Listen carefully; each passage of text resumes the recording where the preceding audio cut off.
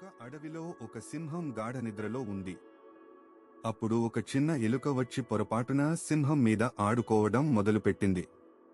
సింహానికి మెలకువ వచ్చి కోపంతో ఆ ఎలుకను పట్టుకుని చంపబోయింది. అప్పుడు ఆ ఎలుక వణుకుతూ, "నన్ను క్షమించండి మహారాజా.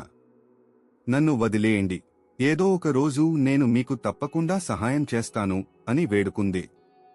సింహం నవ్వి, "నువ్వు ఇంత చిన్న ప్రాణివి, నాకు సహాయం చేయడం ఏంటి?"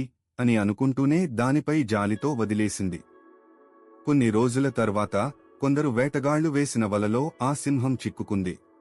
అది బయటపడలేక గట్టిగా గర్జించసాగింది.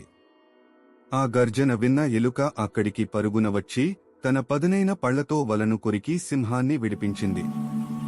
సింహం ఆ చిన్న ఎలుకకు కృతజ్ఞతలు తెలిపి అప్పటినుండి ఇద్దరూ మంచి స్నేహితులయ్యారు. నీతి: ఏ ప్రాణిని తక్కువగా అంచనా వేయకూడదు.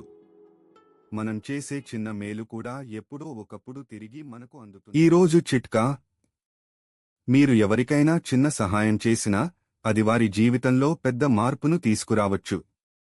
అలాగే ఎదుటివారిలో లోపాలను వెతకడం కంటే వారిలోని మంచిని గుర్తించడం వల్ల మీ మనసు ప్రశాంతంగా ఉంటుంది.